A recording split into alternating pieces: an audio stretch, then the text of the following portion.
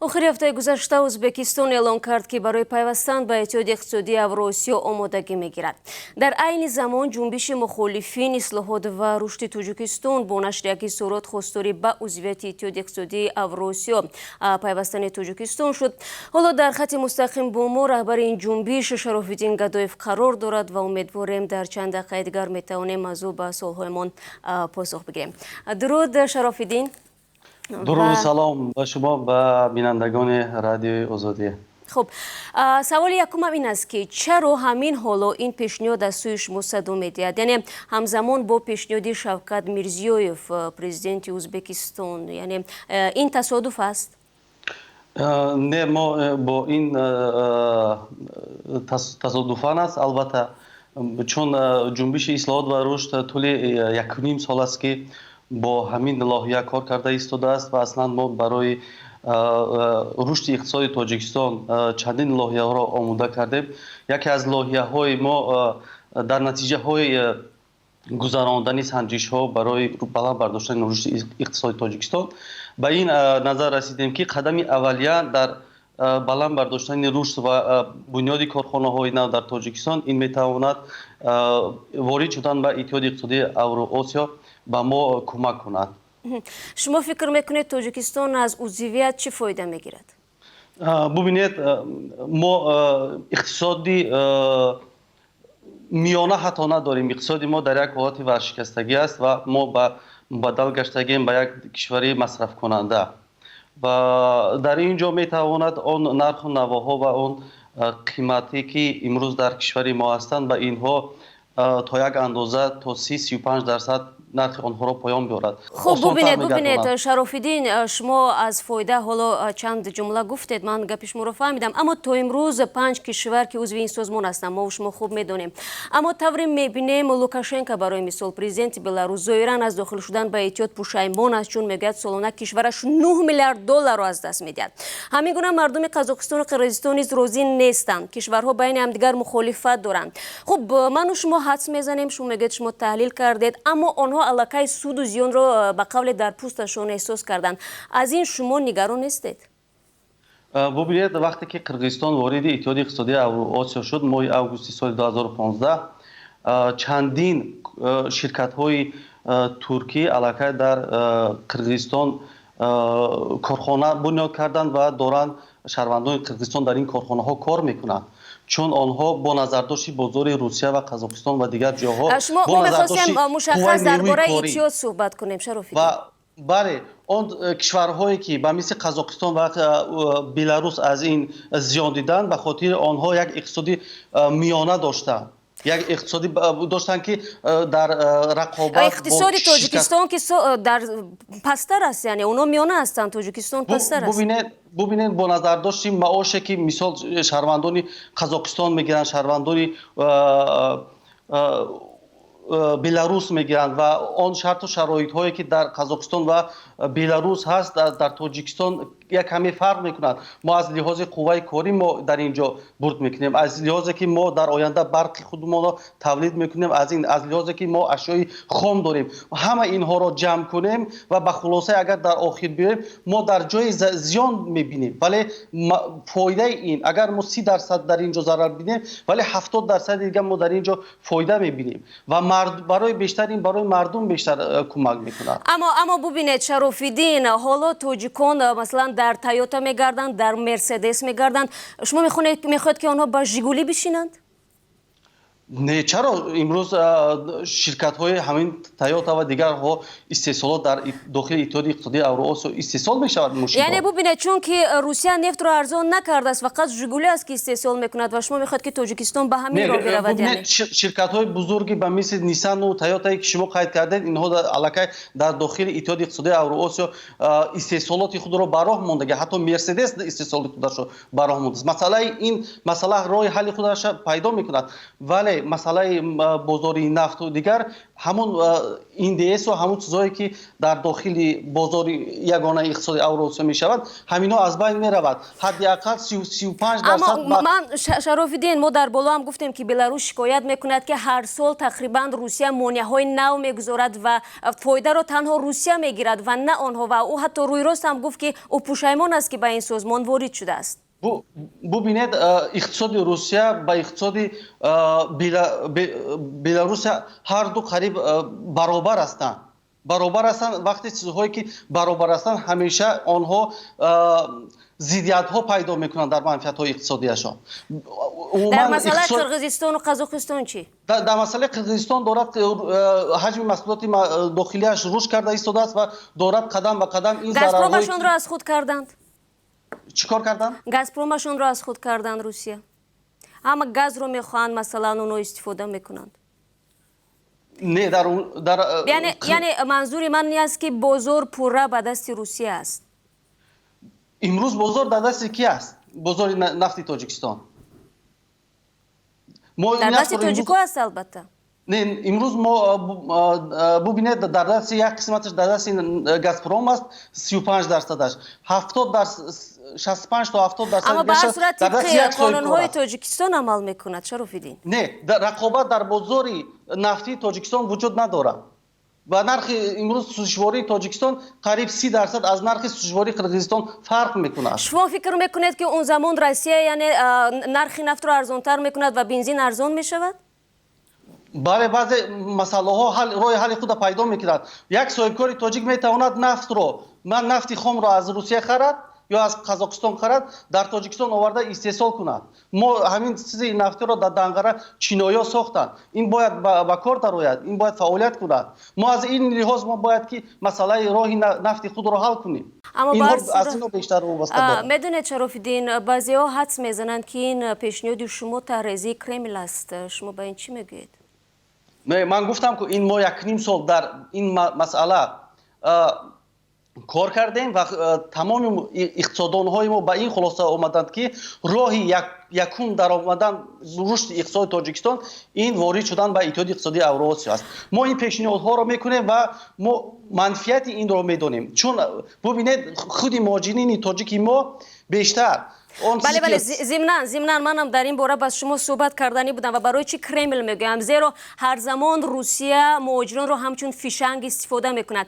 ва агар бо ҳарфҳои сода ҳам бигирем, ҳоло тоҷикон масалан вобастаи патент ҳастанд ва тавре ҳам медонем интизороти онҳо ин аст ки патент аз байн меравад ва вазъияташон беҳтар мешавад. оё мешавад гуфт ки шумо ки ҳоло ҳамин пешниҳодро кардед, яъне шумо низ мехоҳед дили муҳоҷиронро ба даст биёред? не, ман инҷа дили касеро ба даст овардан нестам. Ман он чизе ки манфиатҳои Тоҷикистонро дар бар мегирад, ман тибқи ҳамонҳо амал мекунам. Он чизе ки ба манфиати миллат аст, ба манфиати мардум аст, ман тибқи ҳамонҳо амал мекунам. бубинед дар инҷа агар ки бо ворид шудани Иттиҳоди иқтисодии Евроосиё як кӯмаки калоне ба ҷайби муҳоҷирин мешавад. худи муҳоҷирин тибқи оморҳои расмӣ 1,200,000 дар Русия қарор дорад. онҳо танҳо 3 миллиард ба Тоҷикистон ворид карданд. бубахшед, бубинед 3 миллиард ба Тоҷикистон роҳӣ кард. агар ки онҳо ба Иттиҳоди иқтисодии Евроосиё ворид шаванд, ҳудуди 5 миллиард доллар метавонанд роҳӣ кунад. чун аммо бубинед Шарофиддини азиз, ин 3 миллиард аслан туҳфа нест. ин кори муҳоҷирони тоҷик аст ки заҳмат мекашанд. бале он шояд 6 миллион кор кунанд, шояд 7 миллиард кор кунанд. не, бубинед ҳамин 1.5 миллиарде ки тоҷикон дар Русия ба буҷаи Русия ворид мекунанд, ин хуб нест ки ба хонаводашон роҳӣ кунанд. ҳамун 250 то 300 миллион долларе ки Тоҷикистон аз ҳисоби боҷу хироҷҳои гумрукӣ зарар мебинад, ҳамун боҷу хироҷҳо аз кисаи ману шумо, аз кисаи шаҳрвандон аст.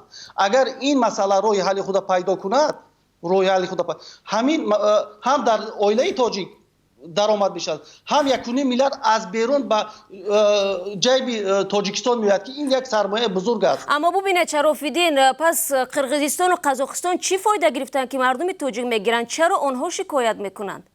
ман гуфтам ки вақте ки дар он ҷо Қирғизистон дорад аз ин шикоятҳо дур рафта истодааст. онҳо низ маъз аз ҳамон шикоят мекунанд ки андоз пасрафтагӣ нест, боҷи гумрукӣ пасрафтагӣ нест ва онҳо низ пушаймон ҳастанд. не инҷа як масъалаи дигар аст ки ҳоло онҳо дар мадди аввал масрафҳои онҳо хеле зиёд буд. ҳозир дорад ба 80% онҳо фоида дида истодан, 20% зарар дида истоданд. ин сол то сол ин масъала роҳи ҳалли худро пайдо мекунад. ин дар аввали даромад, аввали ворид шудан ба ин низом як каме ин иқтисодҳои ин кишварҳо зарар диданд. ولی آهسته آهسته دارن فایده اینا خوب این بیشتر که شما میگه چند سال از 10 سال از 15 سال از خوب وارد شدیم، شما میدونید وارد شدن کاری آسان است، اما بیرون شدن از این سازمان باور کنید کاری آسان نیست. اون وقت باید تویستان چیکار کند؟ ببینید در باغ روسیه مثلا نه، ببینید هر یک کشور از سیاستمدارانش وابستگی است، از مردم وابستگی است.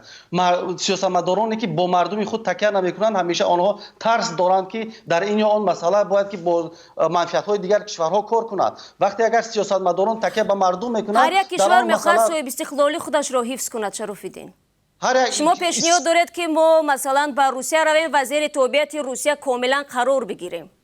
یعنی نه استقلالیت اقتصادی میماند نه استقلالیت سیاسی. ببینید اقتصادیت سیاسی و اقتصادی در دست سیاستمداران تاجیک است.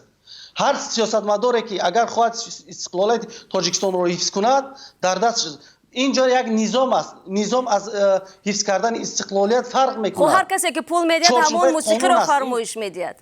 نه این چارچوبه ببینید چارچوبه قانونی که مقرر کردگی است برای سیستم یگانه این نمیتواند استقلالیت کدام کشور را از دست دهد. تنها کشورها در اساس یک آیین‌نامه کار میکنند. این از دست دادن استقلالیت زیر باری کسی رفتن فرقیت میکند. این خب اونجا معلوم است که دیگر روسیه نقش اساسی رو بازی میکند. در اینجا روسیه تا اندازه نقش اساسی رو بازی میکنه چون بازیگر اساسی در این بازار روسیه است. شما در کشورهای اروپایی ببینید بازیگر اساسی کیا هستند؟ خب این که اروپا نیست، اون که کشورهای اروپایی نیست.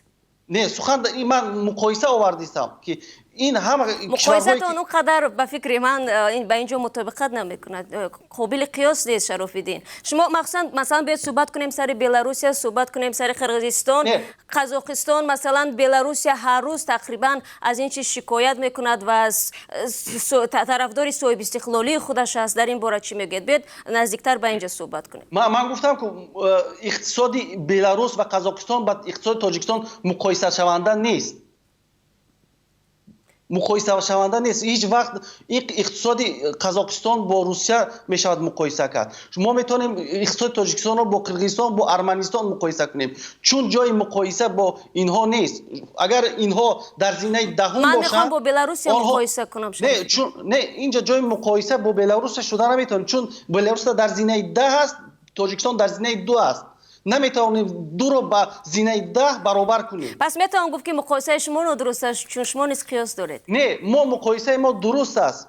ببینید آن چیزی که امروز وضعیت با نظر داشت وضعیت اقتصادی ما با وضعیت مناپالیستانی که امروز در داخل تاجیکستان است، با وضعیت وضع کورپسیونی که در تاجیکستان است میتواند به اینها کمک کند. حداقل کورپسیایی که در داخل خب فکر میکنید در روسیه کورپسیون نیست؟ در همه من نمیگویم که این نظام هایی که در داخل این کشورهای هستند که نظامشون کورپسیونی نیست، کورپسیونی هستند، ولی این نظام اقتصادی تا اندازه کورپسیا رو از بین میبرد، تا اندازه سیستم مناپولی که این ساختگی هستند در کشور ما، این سیستم مناپولی رو از بین میبرد. میدونید که کورپسیایی که در روسیه هست میلیاردها دلار است. شرف‌الدین، یعنی بودجتی تاجیکستان هم میشود. بله چون بودجتش کلان است. خب بازم همون بودجتش 50 برابر از تاجیکستان کلان است. هر چیزی از من گفتم که بعضی وقت فکر نمیکنید فرو میبرد در یک آنیوی تاجیکستان روسیه؟ هر یک موقع تاجیکستان سیاست تاجیکستان از سیاستمداران تاجیک وابسته است.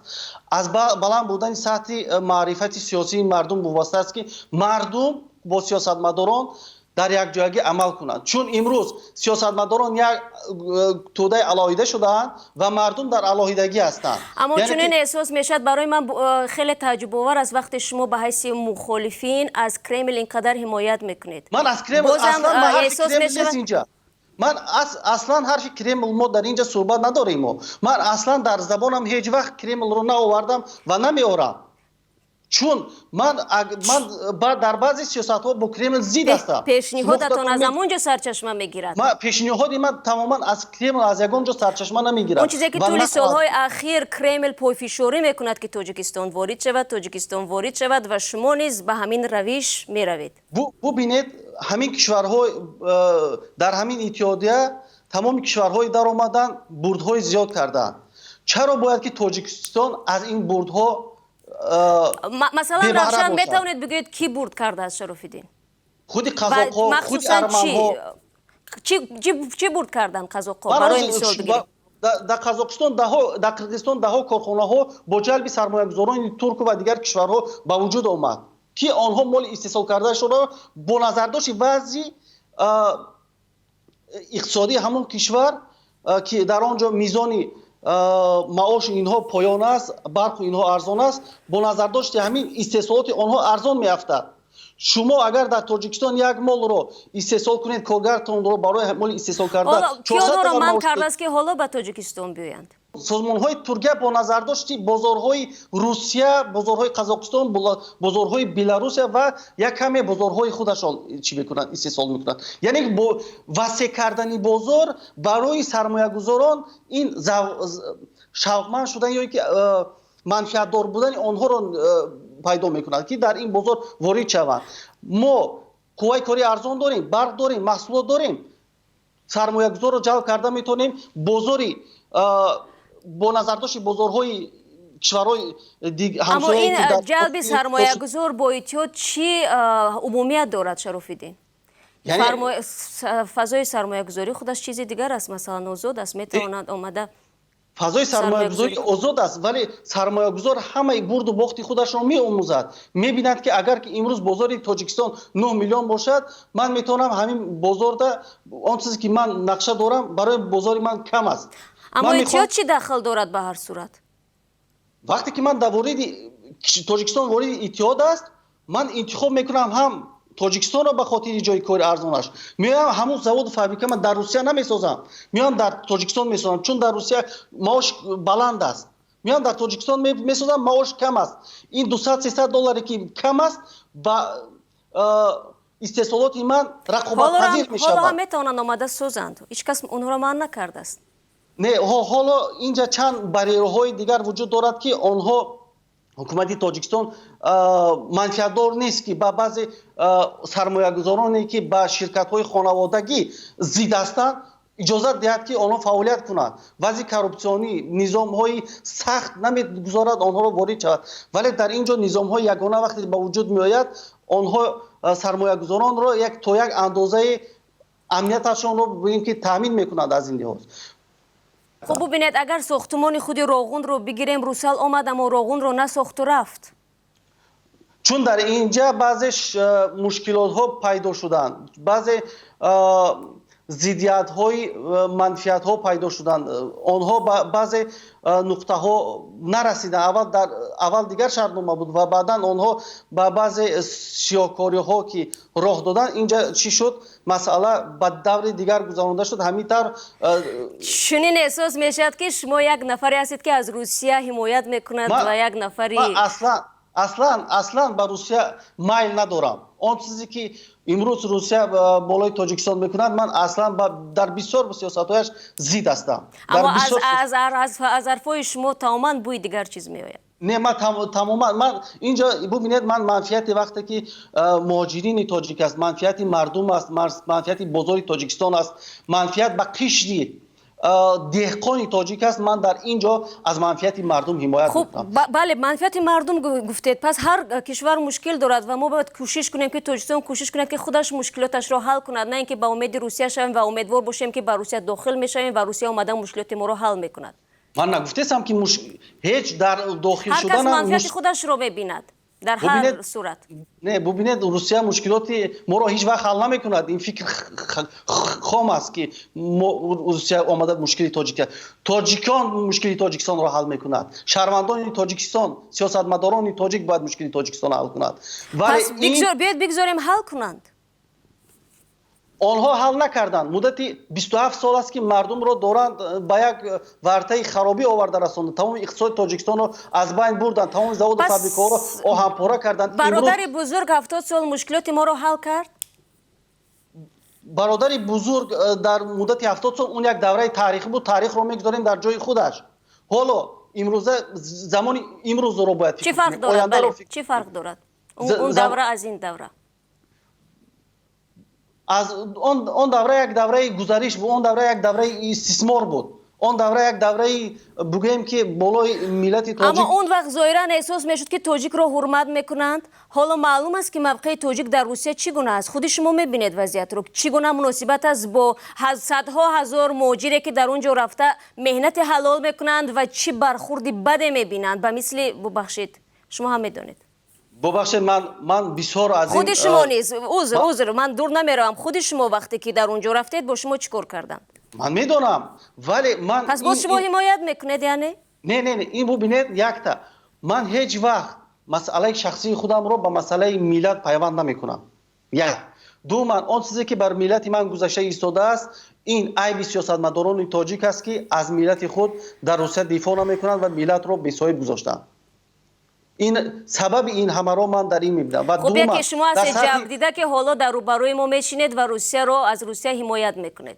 من هیچگاه در همه یک حرفی هم به مسئله روسیه نگفتم. خب این اتحاد که رهبرش روسیه است و طوری میبینیم از اول گفته میشد که اعضای این اتحاد همه برابر تقسیم میشود فایدهش، ولی حالا میبینیم نفع اصلی به کیسه روسیه میرود و شما میگید که از روسیه حرف نمیزنید. هر حرفی که شما حالا به طرفداری این اتحاد میگید خوب است. از این حرفی تعریفی روسیه است که معلوم است. نه ببخشید من میفهمم بعضی مسائل ها رو ولی اینجا میدونم من خودم جبر دیده هستم از روسیه. با مثل من هزارها شهروند تاجیکستان از روسیه جبر دیده است ولی در اینجا منفعت یک نفر دو نفر جبر دیده ها نمی رود. ببینید سیاست از امکانیت ها عبارت است. باید که ما همه امکانیت هایی که برای رشد اقتصادی تاجیکستان با منفعت ملت تمام می شود ما باید چیکار کنیم؟ با آنها همکاری کنیم. منفعت های کشور ما در این اتحاد دیده می شود. ما باید به این اتحاد میپیوندیم. خب تشکر زیاد شرف‌الدین عزیز. به هر حال اون سوالایی که من برای شما دادم این سوالهای اکثریت مردم بود که میخواستم با این سوالها پاسخ بدن. خوب است که خوب این پیشنهاد شما است، پیشنهاد جنبش شما است و اون طرفش رو خود شما میدونید و مردمی که میپذیرند این رویانه و یا سیاستمداران تاجیک. برای شما به هر صورت بردباری میخواهیم و سپاس فراوان که فرصتتون رو برای ما جدا کردید. در سال نو خوب و خوش باشید. با شما هم به سال نو میلادی تبریک میکنم و بینندگان رادیو آزادی رو می‌فرمایید. زنده باشید برادر.